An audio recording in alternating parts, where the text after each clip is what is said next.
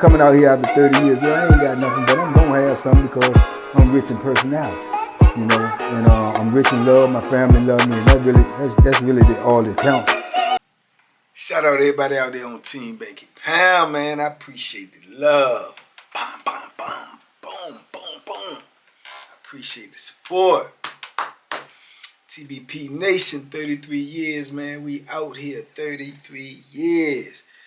We sharing this good information, man. Trying to, you know, make a little change in this world. Make a little change in this world, man. So appreciate everybody who rock with me, man. Everybody who tune in to whatever I do. We getting ready to turn this thing up, man. You know, half of the year's gone already, man. We getting ready to get back over there into this prison fitness workout. We get ready to get back in that kitchen, man, and all challenges. I'm accepting all challenges, you know, and with that pure deliciousness, and we gonna make this thing, man, you know, more visible, you know, in the coming days, man. The book is coming, y'all. Stay tuned for the book. We're gonna try to get some more merch out there. You know, like I say, this is a movement, not a moment, man. This is a movement, not a moment. This is crucial information that we giving out, man, and you know, it's helping some people, and that's the main thing. That's what we want to do, man. We want to help some people, man, and change the course of their life, man, so they won't get caught up. Cause it's a horrible life, as I've told y'all many times, man. But this one thing in particular, you know, just going over in my thought process, you know, lately something just sparked me to talk about this. This one thing in particular, for me, and maybe for a lot of others, that always, to me, just felt just like slavery, man.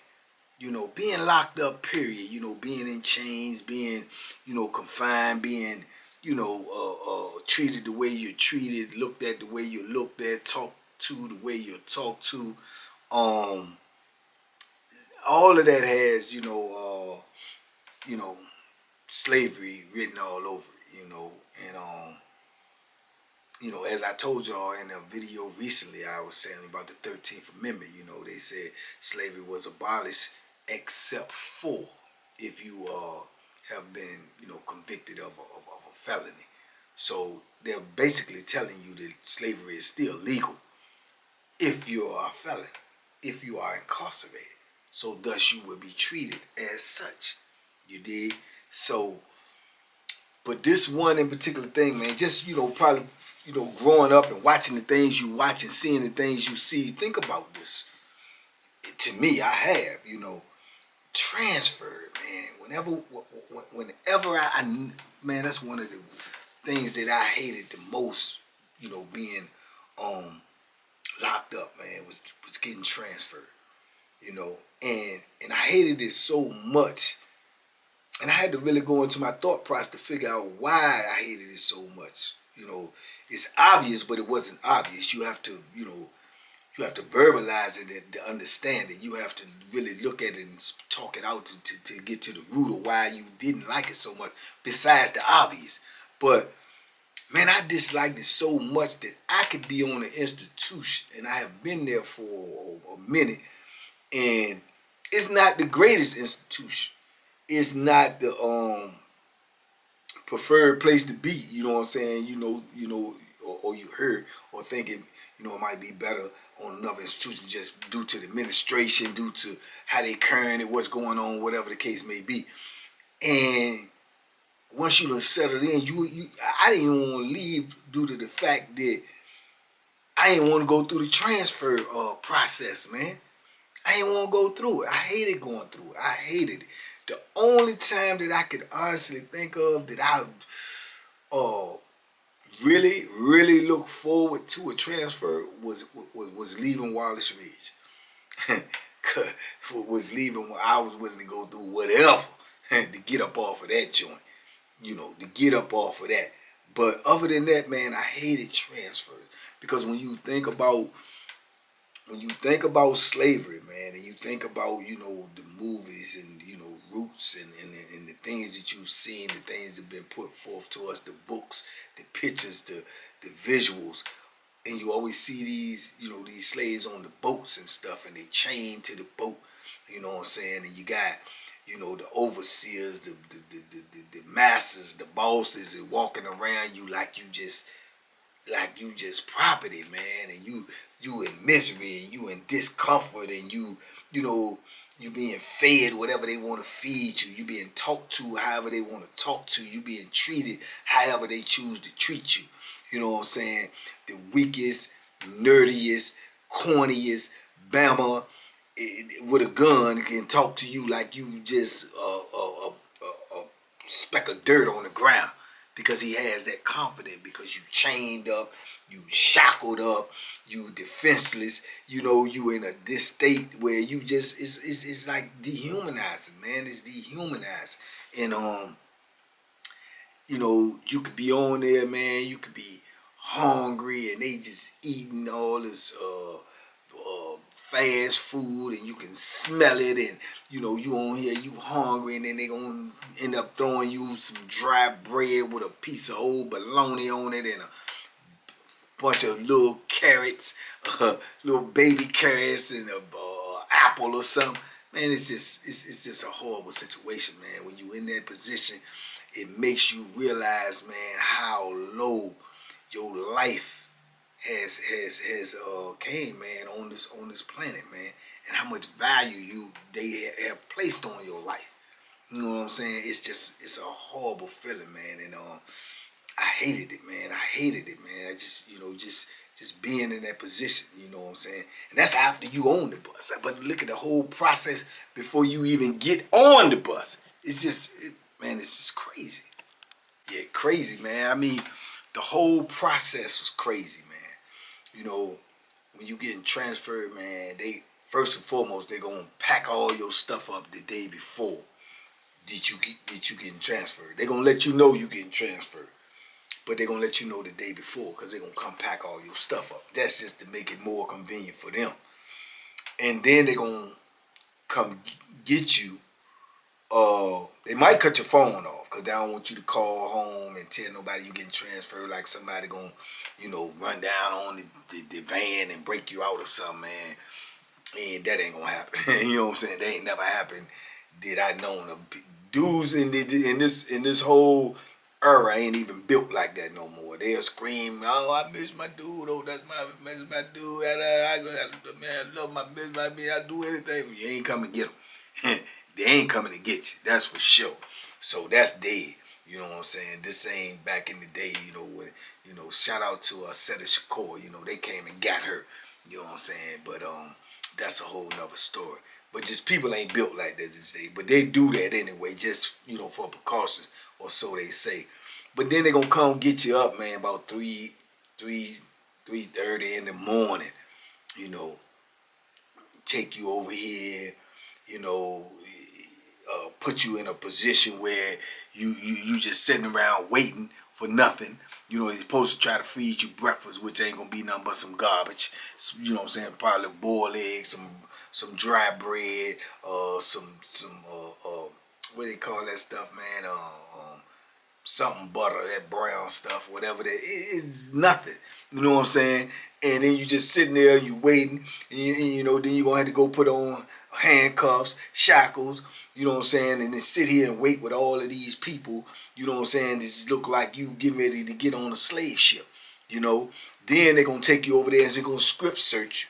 They're gonna take all your clothes off, strip search you, do all of this foolishness, you understand me? Then they're gonna take and give you this little, now they start giving you this little, I don't even know what the material made of. It's like plastic, little plastic jumpsuit that you gotta put on. And give you somebody else's drawers to put on, somebody else's t-shirt to put on. 2,000 people before you done already wore, you know, and give you some slippers, man, you know, and then they gonna put shackles on you, handcuff on you, and then you gonna go sit down and wait probably for another hour or two, you know what I'm saying, depending on what's going on. You know, your wrists hurting, your ankles hurting, you know, you're tired, you're basically hungry, you know, and you just sitting here with a bunch of other dudes chained up while they walking around talking and joking and chewing gum and eating food, and you know, man, it's just God almighty, man. Boy, I hated that, man. I'm telling you, I hate it. I used to just be there just so mad, so irritated, so frustrated with this situation. And then they gonna start hurting you on the bus. All right, come on, let go. Lining up in the line, barking orders, man. Y'all be quiet, keep on moving, stay in line, woo. You know, all of this crazy stuff. Then you get on the bus, then you sitting down on the bus, and you know, you on there sometimes, depending on what bus you got, they got the joint, they gonna chain your leg down to make sure you can't move. You know, all of this, man, and then you sit on the bus. Once you get on the bus, you're going to sit on there for about 45 minutes to an hour or even more before they even pull off. You understand? Before they even pull off, man. It's crazy. And they're not telling you where you're going yet or none of that. You don't even know where you're going. You have no idea.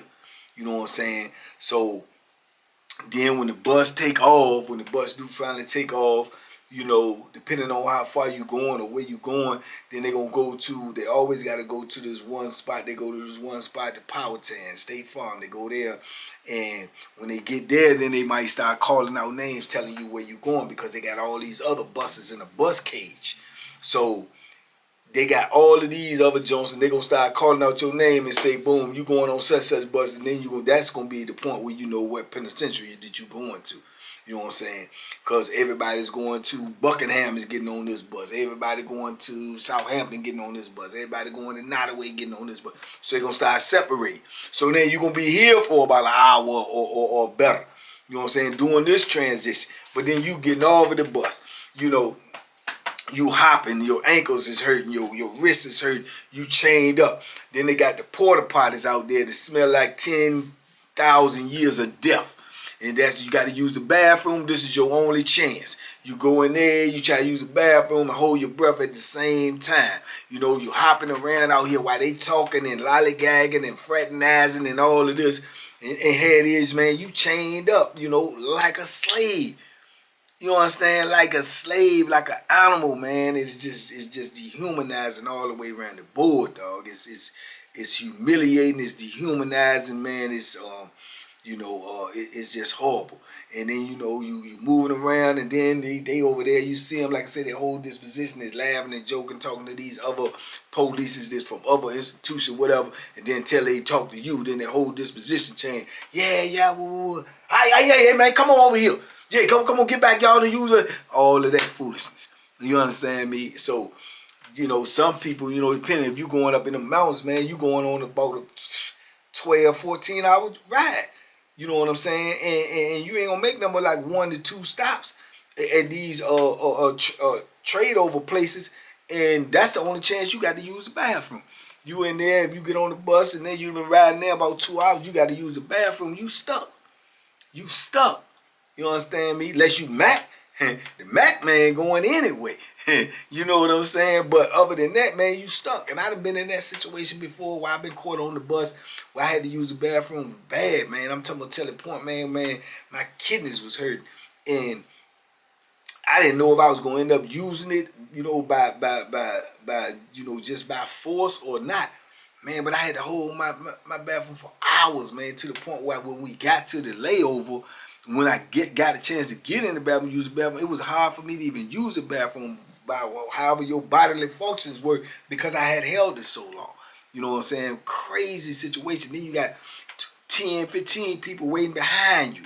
Then you got officers that's out there that's from that institution standing out there barking orders at you, trying to, you know, impose their will on you, letting you know, giving you the subliminal message like, yeah, we run this, y'all just stopping here. Yeah, you ain't nothing. You just, you know, a convict. You ain't, you know, talking to you crazy. All right, hurry up. Let's go.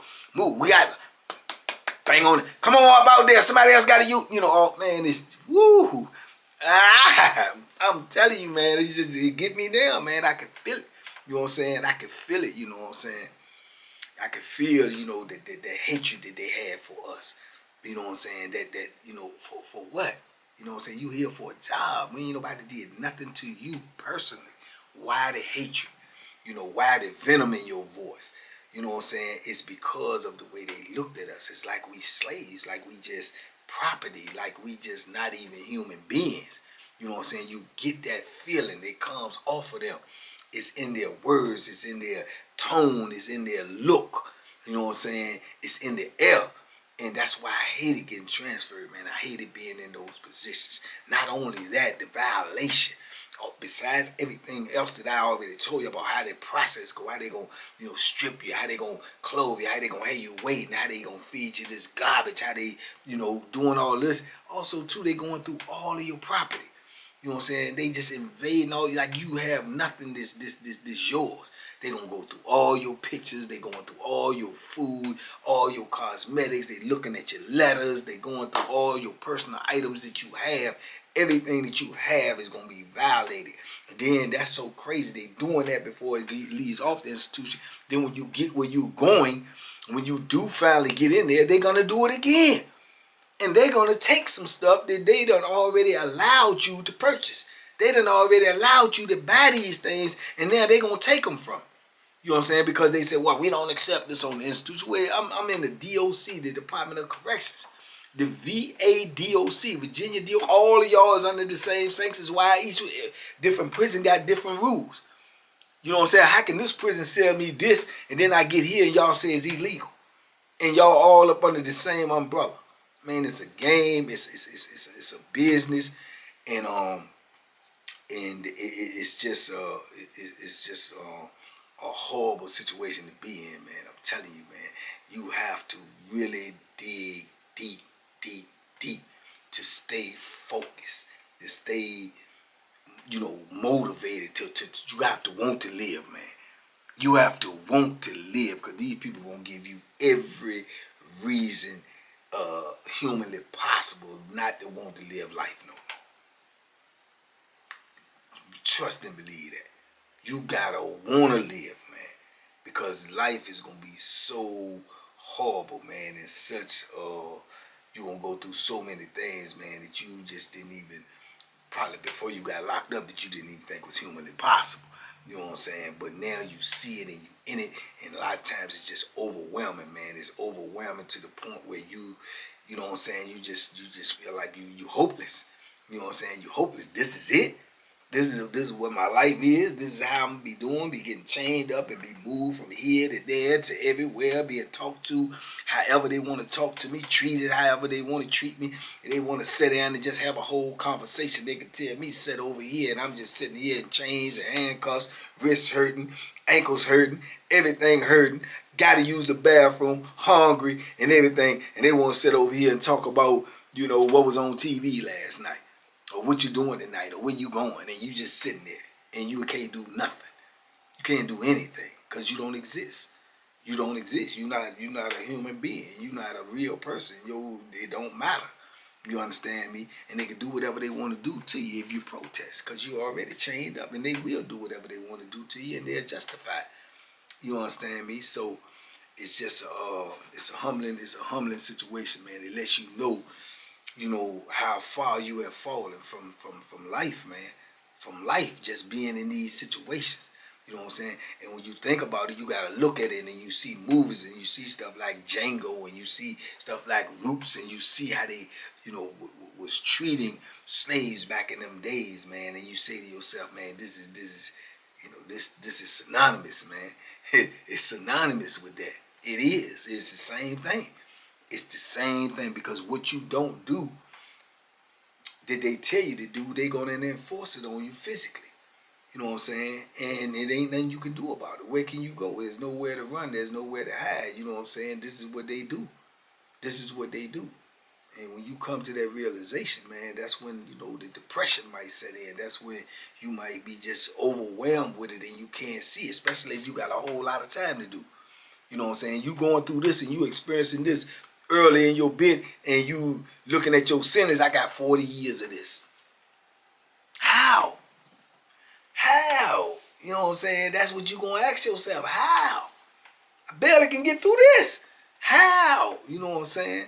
So, yeah, man, it's just, it was one of my worst things, and unfortunately, I got transferred many times, man. Double digit numbers, at least 14, 15, 16 times.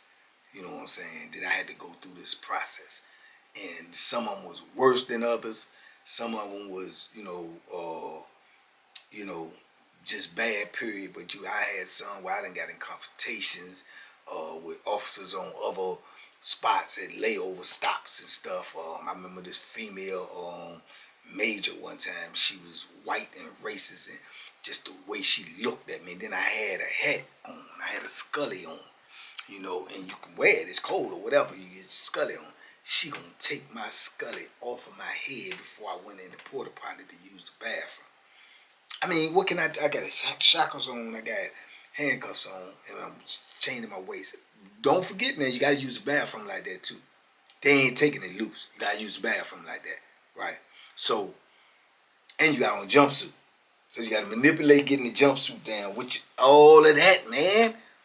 And she gonna see me going in, and she gonna reach over and touch me and take my skirt. And I'm looking, I'm like, what are you doing? She's like, well, you can't have the hat on going there. I don't know what you got in the hat. I'm gonna feel the hat to see me. And then she gonna feel on the hat and then try to put the hat back on my head and just set it on there. Man, I was so, boy. I said, man, don't put your hands on me. And then she gonna get bold. What you mean don't put my hand? You know who I am? You see, like she got the little major. I said, I don't care who you is. Don't put your hands on me. What's your name? What, man, listen, man, don't put your hands on me. You know, so then the other officers, them coming over there, and that's getting ready to be a whole situation because they thinking that they can treat you how they want to treat you and do what they want. And you can say what you want, but don't touch me. You know what I'm saying? Don't put your hands on me. You know what I'm saying? So she was all irate and all. Y'all can take him on over there. Take him out as if they weren't even gonna let me use the bathroom now. You did? And then the dude that's on the bus, this transfer, she said, man, you know that's the major. I'm like, man, I wouldn't care who she was. I'm me. You not gonna touch me just because you feel like you can. No, absolutely not. You know what I'm saying? Absolutely not, man. But these are the things, man. And that could be an easy trick up. You know what I'm saying? That could be an easy trick up because they gonna do all they can do to try to impress her because she the major. So they might want to jump on me, tackle me, do all of this just because. Yeah, you know, because that's how that's the pressure that they gonna put on you. You know what I'm saying? That's the pressure that they're going to put on you. But, you know, and I've seen things on these. I told you I seen when the dude got killed. You know, on my way to Wallace Ridge. I looked out the window, man, and see this man laying on the pavement when they doing fake CPR on him, already knowing, clearly can see that the man is dead. You know what I'm saying? That's because y'all neglected him all this time on this bus for this 12, 13, 14, whatever it was, hour ride when the man is already has lost circulation in his body because y'all done beat him up and put him on the bus and cuffed him up so tight around his ankles and around his wrist that he ain't got no circulation. And he died. You know, and I'm quite sure all 100% they covered that up and tricked that up. That kept us there at that layover for multiple hours.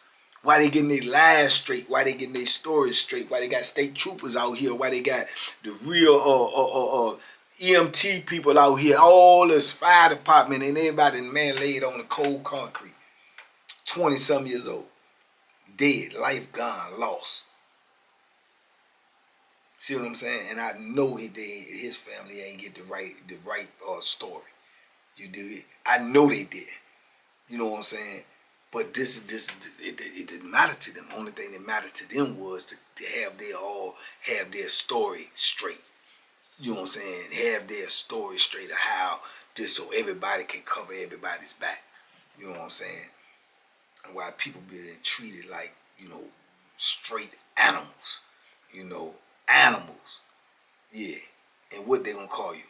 Animal. Why you think? Why you think? You know, so yeah, man, I've seen it, man. I've seen them beat people up and put them on the bus. I told you they'll drug you up, put you on the bus. You know, you going on that bus when they say you getting transferred one way or another, even if they have to take you, like I told you they had to do JB. But you going. You going on there, either alive or dead, or either conscious or unconscious, but always in chains. Always in chains, man, like a slave. Like a slave, man. Chains and shackles. Like a slave, dog. Yeah, man, that's one of the things that many things I hated about, you know, prison, but definitely at high on my list, man, just because of all the implications of it was like you felt like a slave. You know what I'm saying? You felt like a slave. And you looking around and you thinking in these scenes popping in your head and seeing these slaves on the boat. Only difference is we on a bus. Seeing how they was being treated, that's how we being treated. Seeing how they was being fed, that's how we being fed. Seeing how they was being disregarded and disrespected and overlooked, and that's how we was. And every time it's like that. Every time. And the crazy part about it is sometimes you just look up and you see the people who's enforcing these rules and they look just like you. You know what I'm saying? And they look just like you. And they just doing it for a paycheck. You know what I'm saying? For some money. You know, and they'll take your life for that money. And you will have done absolutely, positively nothing to them personally. Not a thing. You know what I'm saying? So, I don't even know what type of mindset you got to have to do that. Because they'll say to you, or to the masses, that people that go out here to commit these crimes and do this and do that, the first thing they'll say is they did that, them people ain't do nothing to nobody. You know, you go rob somebody or you go do this and somebody get hurt. They ain't do nothing to nobody to deserve that. They ain't do nothing to you and you don't know them and you just, and it's true. But it's also true the same way. What about the person that'll shoot you from climbing over the fence for a paycheck? What are you doing? You trying to get your freedom. Did you do anything to him? The one in the gun tower, for him to take your life? No. He doing it for a job, a paycheck. When they run in that cell and beat you with billy clubs or shock you with a shock shield or sick the dog on you, it's all for a paycheck. You ain't do nothing to him, nothing to his family, and nothing to personally to him at all. But they're gonna do it to you. What's the difference? I don't know. I'm speaking just from my logic. I don't get it. You know what I'm saying? So if you have the capacity to do that, you know what I'm saying, to somebody for a monetary value, what is the difference in somebody out there going and doing what they're doing wrong? It is, without a shadow of a doubt, but to try to obtain some money. You know? These questions that ain't nobody gonna ask though. You know what I'm saying? Ain't nobody gonna put that. It's just like when you see a police, right? In my opinion, this is me. Y'all don't have to agree with me, and I respect that. Everybody's opinion I respect, but this is my opinion. You're not gonna tell me that I see a police, which I've seen many, many times on different shows, cops or whatever. And you see a male police brutally beat a woman or slam her down and put his elbow all in her neck and knee in her chest and stuff. I've seen it several times. 60, 70, 80-year-old women, you know what I'm saying, do that to a woman. And you tell me he won't hit a woman in his real life? He won't hit his wife? He won't beat a woman? How can you do that for a paycheck and say you won't do that? That you don't stand for that? You have no cutoff. You got no morals, no principles. If you could beat a woman up for a paycheck, you could beat a woman up because she make you mad. And that's in my opinion. You know, y'all can feel different if you want to, but that's in my opinion. How can you just do it? Why? You enforcing somebody else's rules and regulations for a paycheck, and this woman ain't did nothing to you. You know what I'm saying? But you'll rough her up and you'll do this, but you say you don't hit women. You have hit women. You have been displayed as hitting women. You know what I'm saying? It's on camera. Oh, that was for my job. You know what I'm saying? Man, get out of here.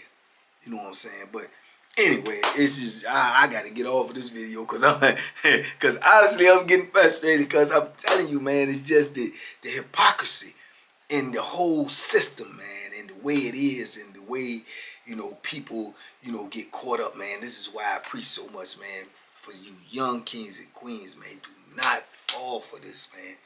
Please do not fall for this to get yourself in a position where you are tricked out of this life out here, man, that is supposed to be freedom, into that,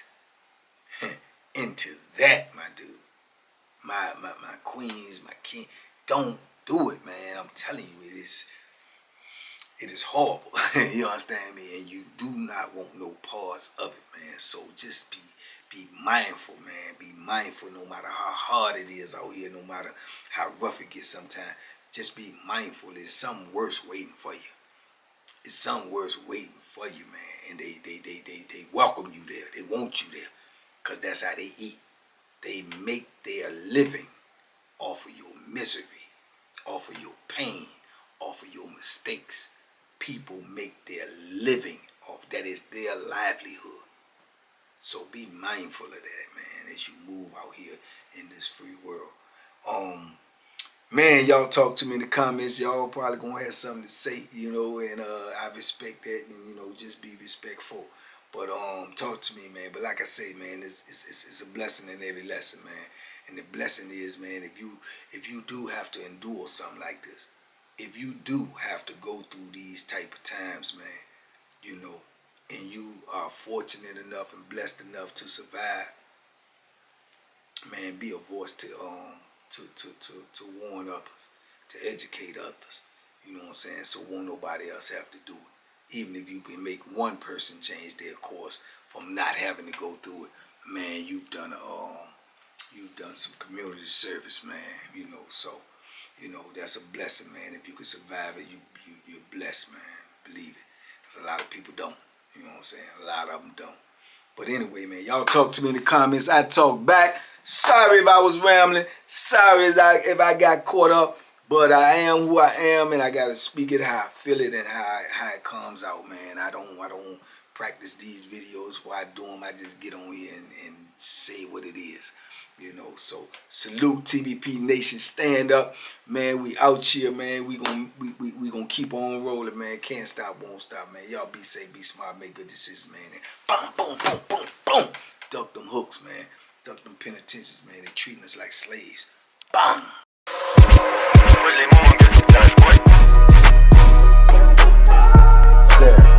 The banky special. Yeah. Pure deliciousness. Pure deliciousness, man. My name is Banky, man. Everybody calls me Banky. That's the name that I got from my grandmother when I was young. I'm coming out here after 30 years. Yeah, I ain't got nothing, but I'm gonna have something because I'm rich in personality. You know, and I'm rich in love. My family love me, and that's really all that counts.